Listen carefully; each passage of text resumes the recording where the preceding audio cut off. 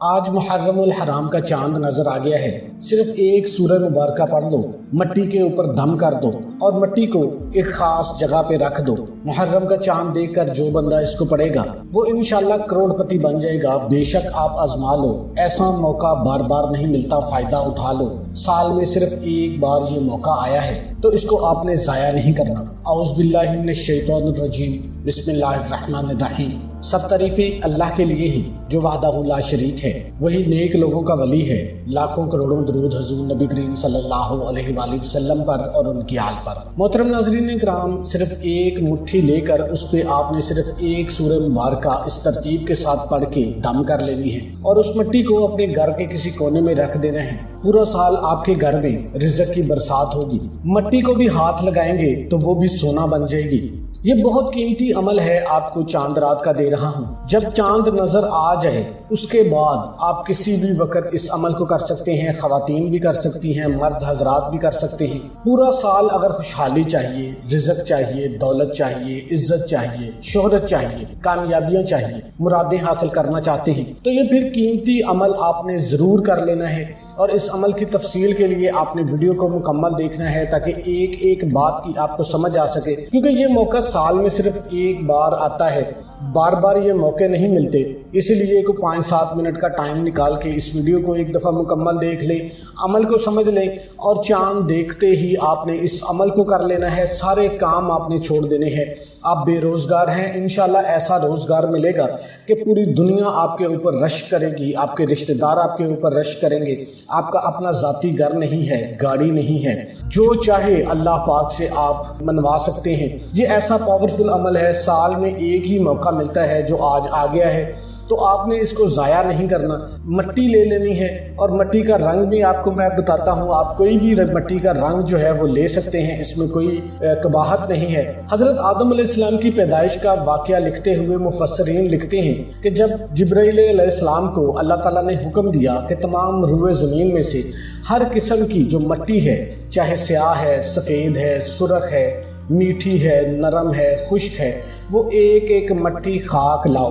آپ نے کسی بھی رنگ کی مٹی لے لینی ہے، وہ سفید ہو، سیاہ ہو، کوئی ضروری نہیں ہے، کسی ایک رنگ کی ہو، 2 رنگ کی ہو جائے، آپ لے سکتے ہیں۔ تو جب حضرت جبرائیل امین زمین پر تشریف لائے، خاک اٹھانی چاہیے، تو زمین نے جبرائیل سے عرض کی کہ اے جبرائیل، خدا کی پناہ پکڑتی ہوں، تو مجھ سے خاک اٹھا کر انسان بنائے گا جس کی وجہ سے میرا کچھ حصہ جہنم میں جائے گا۔ تو اس وجہ سے جب مٹی نے اللہ کی عزت کی قسم کھائی تو جبرائیل امین خالی واپس گئے۔ عرض کی خدایا، زمین نے تیری عزت کی پناہ پکڑی ہے، میں تیرے نام اور عزت کے ادب سے اس سے خاک اٹھا نہیں سکا۔ اللہ تعالیٰ نے پھر حضرت اسرافیل، حضرت میکائیل کو باری باری بھیجا، یہاں تک کہ وہ بھی اسی طرح واپس لوٹ آئے۔ آخرکار اللہ تعالیٰ نے حضرت اسرائیل علیہ السلام جو ملک الموت ہیں ان کو زمین پہ بھیجا، تو انہوں نے زمین کی ایک نہیں سنی، بلکہ فرمایا کہ اللہ کے حکم کا تابعدار ہوں، میں عاجزی اور رب کی اطاعت نہیں چھوڑ سکتا، اسی لیے اللہ نے جان نکالنے کا کام میرے سپرد کیا ہے، تو میں نے ہی زمین سے خاک کو الگ کرنا ہے اور میں نے ہی اللہ کے حکم سے اس خاک کو زمین کے ساتھ دوبارہ واپس ملانا ہے۔ تو جہاں پہ خانہ کعبہ ہے، فرشتوں کو حکم ہوا کہ وہاں پہ رکھ کے مختلف پانیوں سے اس مٹی کا گارا بنایا جائے۔ جب وہ مٹی اٹھا کر آسمانوں پہ لے جائی گئی، اس مٹی کو گوندا گیا، پھر حضرت آدم علیہ السلام کا وجود بنایا۔ یہاں تک لکھتے ہیں کہ جب اس کا وجود بنا، اس مٹی کو جب گارا بنایا گیا تو اس گارے پر 40 روز تک بارش ہوتی رہی، 39 دن تک غموں کی بارش کا پانی برسا اور 1 دن خوشی کا پانی جو ہے وہ اس پہ برسا۔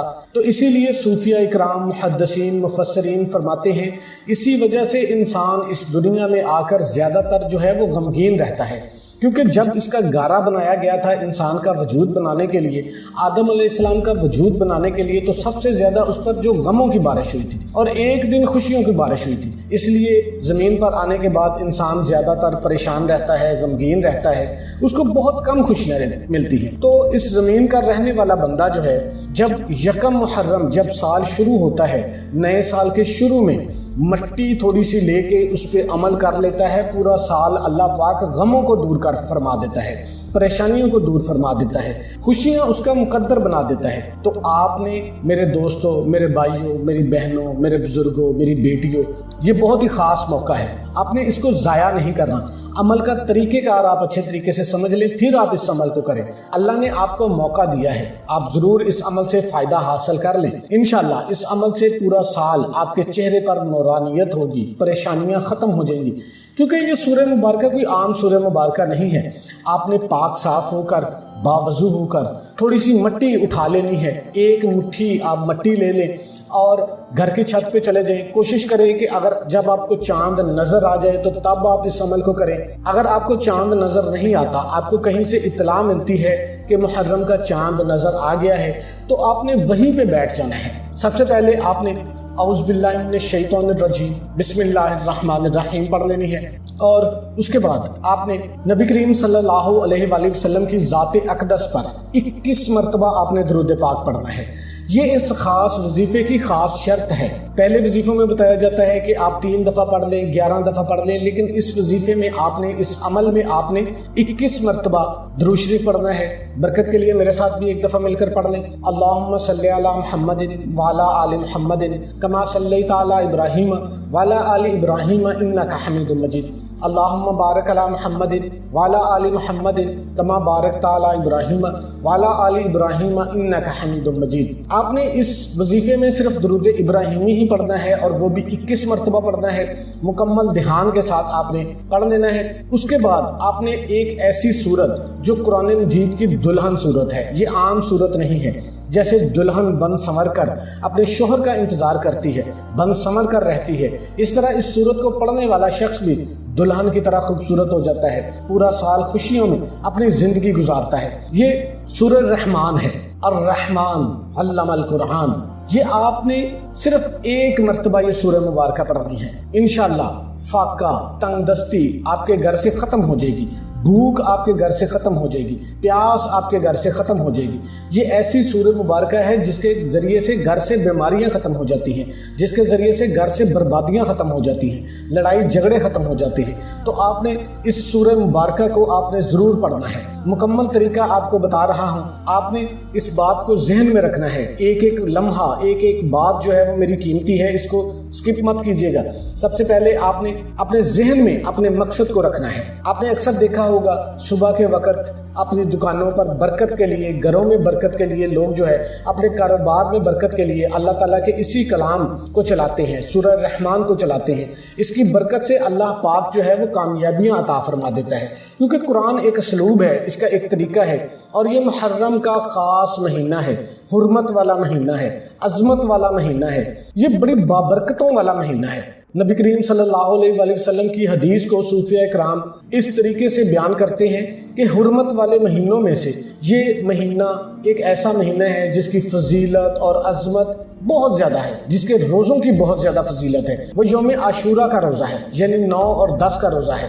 نبی کریم صلی اللہ علیہ وآلہ وسلم باقاعدہ یوم عاشورہ کا روزہ رکھتے تھے، اور یہ 10 دن ماہ محرم کے بڑے اہم اور قیمتی دن ہے۔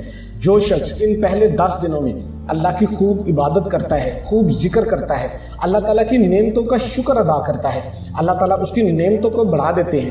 روزی کے آسان ذریعے، آسان طریقوں سے اس بندے کو روزی عطا ہوتی ہے۔ اگر کوئی شخص مقروض ہو جائے، رزق اس کا بند ہو جائے، کاروبار اس کا ٹھپ ہو جائے، تو اس کو چاہیے کہ وہ جتنا رب نے رزق دے دیا ہے اس روز رب کا شکر ادا کرے۔ پانی بھی پیے تو الحمدللہ کھائے، کھانا بھی کھائے تو الحمدللہ کہے، دودھ پیے تب بھی الحمدللہ کہے۔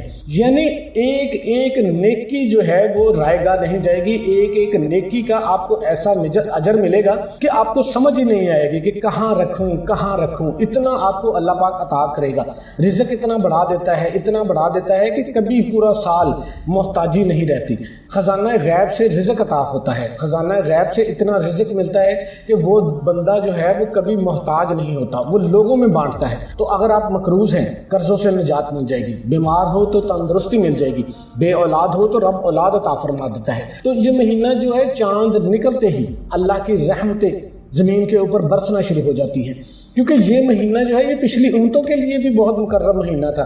اس لیے میرے نبی نے فرمایا تھا کہ یہودیوں کے ساتھ مشابہت نہیں کرنی، کیونکہ 10 محرم کا روزہ جو ہے، 10 محرم جو ہے یہ یہودیوں کے لیے بھی